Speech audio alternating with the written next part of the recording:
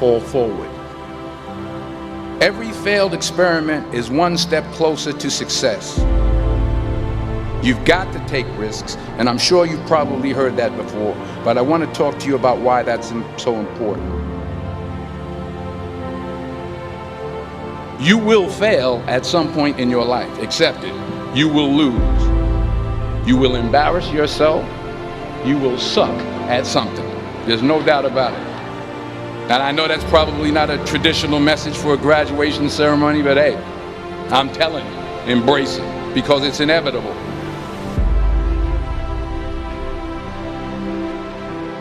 In the acting business, you fail all the time. Early on in my career, I auditioned for a part in a Broadway musical.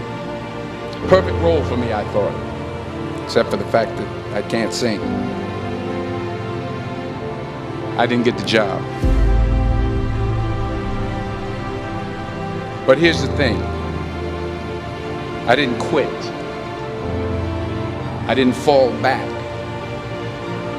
I walked out of there to prepare for the next audition, and the next audition, and the next audition. I prayed. I prayed. And I prayed. But I continued to fail, and fail. But it didn't matter, because you know what? There's an old saying, you hang around the barbershop long enough, sooner or later you're going to get a haircut. So you will catch a break, and I did catch a break. Last year, I did a play called Fences on Broadway. But here's the kicker. It was at the Court Theater. It was at the same theater that I failed that first audition 30 years prior. The point is, every graduate here today has the training and the talent to succeed. But do you have the guts to fail? If you don't fail, you're not even trying. I'll say it again. If you don't fail, you're not even trying. To get something you never had, you have to do something you never did. So imagine you're on your deathbed, and standing around your deathbed are the ghosts representing your unfulfilled potential. The ghost of the ideas you never acted on.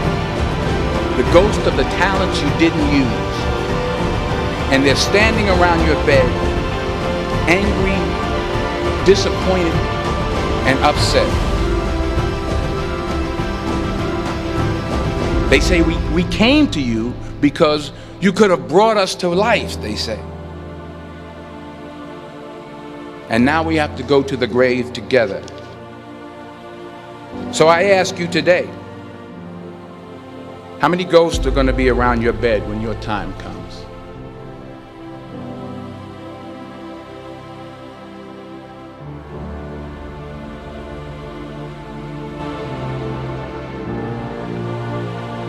I just got back from South Africa. It's a beautiful country, but there are places there with terrible poverty that need help. And Africa is just the tip of the iceberg. The Middle East needs your help. Japan needs your help. Alabama needs your help. Tennessee needs your help. Louisiana needs your help. Philadelphia needs your help. The world needs a lot, and we need it from you. We really do. We need it from you young people. I mean, I'm not speaking for the rest of us up here, but I know I'm getting a little grayer. We need it from you, the young people, because remember this. But you got to get out there. You got to give it everything you got, whether it's your time, your talent, your prayers, or your treasures. What are you going to do with what you have? I'm not talking about how much you have.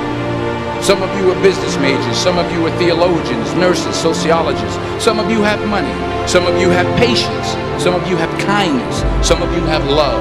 Some of you have the gift of long suffering, whatever it is, whatever your gift is. What are you going to do with what you have? All right, now here's my last point about failure. Sometimes it's the best way to figure out where you're going. Your life will never be a straight path. I began at Fordham University as a pre-med student. I took a course called cardiac morphogenesis. I couldn't read it, I couldn't say it, I sure couldn't pass it. So then I decided to go into pre-law, then journalism. And with no academic focus, my grades took off in their own direction. I was a 1.8 GPA, and the university very politely suggested that it might be better to take some time off. I was 20 years old, I was at my lowest point. And then one day, and I remember the exact day, March 27, 1975, I was helping my mother in her beauty shop. My mother owned a beauty shop up in Mount Vernon. And there was this older woman who was considered one of the elders in the town. I didn't know her personally, but I was looking in the mirror, and every time I looked in the mirror, I could see her behind me. She was staring at me. She just kept looking at me. Every time I looked at her, she kept giving me these strange looks. So she finally took the dryer off her head and she said something I'll never forget. She said, "Young boy, I have a prophecy, a spiritual prophecy." She said, "You are going to travel the world and speak to millions of people." And in the years that followed, just as that woman prophesied, I have traveled the world and I have spoken to millions of people through my movement. Millions who, up till this day, couldn't see me. Up till this day, I couldn't see while I was talking to them. And they couldn't see me. They couldn't see the movement. They couldn't see the real me. But I see you today. And I'm encouraged by what I see. And I'm strengthened by what I see. Because taking risk is not just about going for a job. It's also about knowing what you know and what you don't know. It's about being open to people and to ideas. The chances you take, the people you meet, the people you love, the faith that you have, that's what's going to define you. Never be discouraged. Never hold back. Give everything you got. And when you fall throughout life, remember this: fall forward.